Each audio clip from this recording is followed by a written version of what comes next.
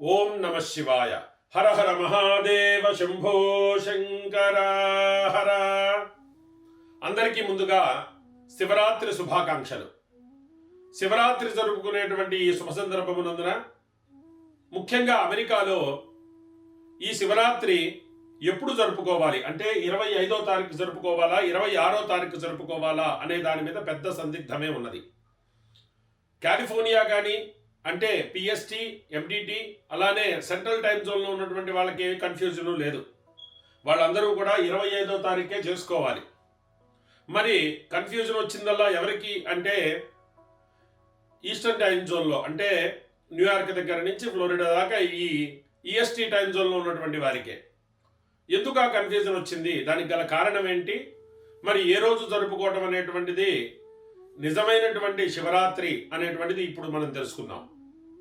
అది తెలుసుకోవాలంటే ముందుగా మనం అసలు శివరాత్రి అనేటువంటి దాన్ని మనం ఎలా పరిగణలోకి తీసుకోవాలి అన్నటువంటి విషయాన్ని చూడాలి. శివరాత్రి రోజు చాలా విశేషమైనటువంటిది లింగోద్భవ కాలం. ఈ లింగోద్భవ కాలము అనేటువంటిది ఎలా వస్తుంది అంటే మరి శివరాత్రి అనేటువంటిది చతుర్దశి తిథిని బట్టి వస్తుంది కాబట్టి చతుర్దశి తిథి ఈ లింగోద్భవ కాలాన్ని నిర్ణయిస్తుందా అంటే కాదు. ఏమి నిర్ణయిస్తుంది అని అంటే సూర్యోదయ సూర్యాస్తమయాలు. దాన్ని ఇక్కడ మనం గమనిస్తే 25వ తారీఖు సూర్యాస్తమయం కనుక చూసుకుంటే 6:16 ఉంది. అలానే తర్వాత రోజు 26వ తారీఖున 6:56 సూర్యోదయం ఉంది. మరి ఈ రెండింటి మధ్యలో ఉన్నటువంటి కాలమే రాత్రి కాలము. అది చూసుకుంటే 12:40 ఉంది. ఈ 12:40 4తో భాగారించినట్లయితే మనకు 4 యామకాలాలు వస్తాయి. అంటే ప్రథమ, ద్వితీయ, తృతీయ, చతుర్థ యామకాలాలు. ఈ 4తో భాగాలించినప్పుడు ఒక్కొక్క యామకాల వ్యవధి 3:10 ఉండడం చేత సంధ్యాకాలానికి అంటే 6:16 నుంచి 9:26 వరకు అంటే ప్రథమ యామకాలం సంధ్యా సమయానికి సన్సెట్ సమయానికి ఈ 3:10 కలిపామన్నమాట. అప్పుడు మొదటి యామం, రెండో యామం వచ్చేసరికి 9:26 నుంచి 12:36. ఆ తర్వాత మూడో యామం 12:36 నుంచి 3:46. చతుర్థ యామము 3:46 నుంచి 6:56. మరి ఇప్పుడు యామకాలాలు వచ్చినాయి. మరి ఈ యొక్క లింగోద్భవ కాలం ఎలా వస్తుంది అంటే 12 గడియలు దాటిన తర్వాత 2 గడియల కాలం ఉండేటువంటి దాన్ని లింగోద్భవ కాలం అంటారు. గడియ అంటే 24 నిమిషాలను తీసుకోవాలి. అప్రాక్సిమేట్లీగా 6 గంటలు అవుతుందండి మొత్తం మీద కనుక చూసుకున్నట్లయితే. అంటే 6 గంటల తర్వాత వచ్చేటువంటి 48 అంటే 24 గంటలు 24 నిమిషాలు అనుకున్నాం కదా ఒక గడియ. అంటే 2 గడియాలు అంటే 48 నిమిషాల పాటు ఈ యొక్క లింగోద్భవ కాలం ఉంటుంది. ఎక్కడి నుంచి 48 నిమిషాలు ఉంటుంది అని అంటే 12:38 ఈ యొక్క ఇక్కడ 12:36 లింగోద్భవ కాలం నుంచి. మరి ఈ 12:36 ఎలా వచ్చింది అంటే ఇక్కడ చెప్పుకున్నాం కదా, ఈ రెండో యామకాలం పూర్తయ్యే దగ్గర నుంచి 12:36 దాదాపుగా 6 గంటల వ్యవధి అన్నమాట ఇది. ఇక్కడి నుంచి చూసుకున్నట్లయితే ఆ సమయం నుంచి తర్వాత ఉండేటువంటి దాన్ని 48 నిమిషాల పాటుని లింగోద్భవ కాలం అంటారు. మరి ఇప్పుడు మనకి లింగోద్భవ కాలం తెలిసిపోయింది 12:36 మరి చతుర్దశి తిథేమో 12:38 వస్తుంది. అంటే 2 నిమిషాల తర్వాత వస్తుంది లింగోద్భవ కాలం ప్రారంభమైన తర్వాత. మరి సాయంత్రం నుంచి లేదు కదండి, పొద్దున పూట కూడా లేదు కదా. మరి 25వ తారీఖున ఎలా తీసుకుంటామని అంటే ధర్మసింధు అనేటువంటి ఈ యొక్క గ్రంథం ప్రకారంగా గ్రంథంలో ఇచ్చినటువంటి శివరాత్రి నిర్ణయం అనేటువంటి ఈ విశేషాన్ని కనుక మనం గమనించుకున్నట్లయితే దాని ప్రకారంగా ఈ 25వ తారీఖే వస్తుందన్నమాట. దానికి ఇక్కడ ఏం చెప్పారంటే ఆది నిషీధి వ్యాపిని అంటే అర్ధరాత్రి పూట నిషీధి సమయంలో వ్యాపించి ఉండాలట. ఏమిటి? చతుర్దశి అనేటువంటిది. అలానే నిషీధి అనగా రాత్రి 14 గడియల పైన 2 గడియల మీద చెప్పబడినది. అందు పరదినమందే అర్ధరాత్రి వ్యాప్తి ఉన్నచో పరమే, పూర్వదినమందే ఇట్లున్నచో పూర్వమే. అంటే ఎక్కువ చతుర్దశి భాగం ఏ రోజు రాత్రి రోజు ఉంటే ఆ రోజునే మనం గ్రహించాలి అని ఇక్కడ దీని యొక్క వచనం. కాకపోతే దీంట్లో ఇంకా 2 రకాలు ఉన్నాయి. అంటే వేరే వేరే పాఠాంతర భేదాలు అనుకోవచ్చు అనమాట. హేమాద్రి కల్పమని, తర్వాత కౌస్తుభమని, తర్వాత మాధవ నిర్ణయ సింధు అని, పురుషార్థ చింతామణి అని ఇలా చాలా రకాలైనటువంటి గ్రంథాలు ఉన్నాయి. వాటిలో ఏం చెప్పారు అనేటువంటిది నేను చివరిలో చెప్తాను.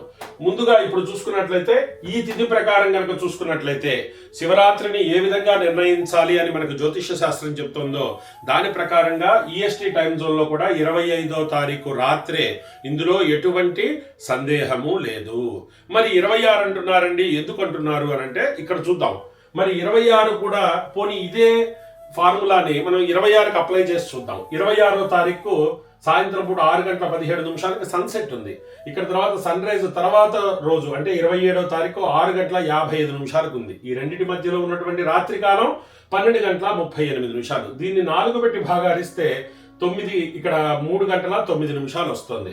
మరి ఇందులో ప్రథమ యామము 6:17 నుంచి 9:26 వరకు, రెండో యామం చూసుకుంటే 9:26 నుంచి 12:35 వరకు, మరి తృతీయ యామకాలం చూసుకుంటే 12:35 నుంచి 3:44 వరకు, చతుర్థ యామం తీసుకుంటే 3:44 నుంచి 6:53 వరకు ఇక్కడ ఉండడం గమనించవచ్చు. మరి ఈ ప్రకారంగా లింగోద్భవ కాలం తీసుకుంటే 12:35 లగాయత్తు మొదలవుతుంది.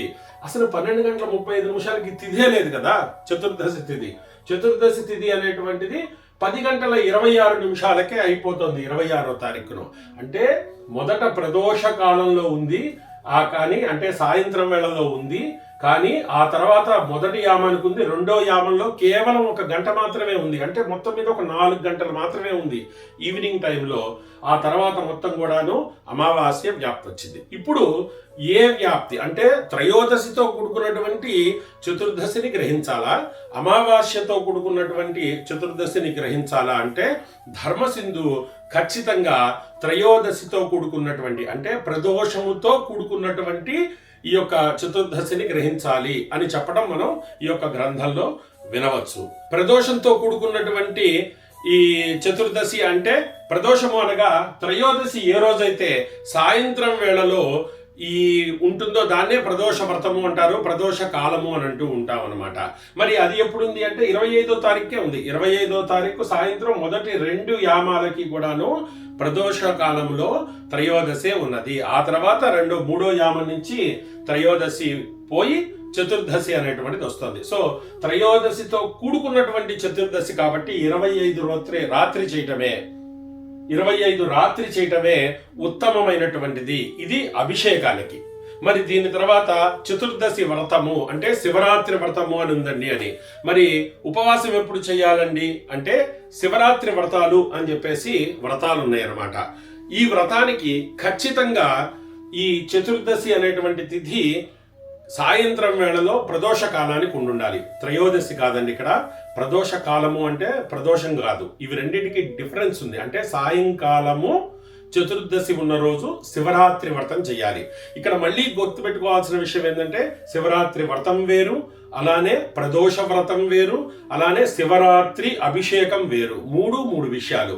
ఒకవేళ మీరు ప్రదోషం అంటున్నారా అయితే 25, శివరాత్రి అంటున్నారా అది కూడా 25. కానీ శివరాత్రి వ్రతము అని అంటున్నారా ఇది కొంతమందికే ఉంటుంది.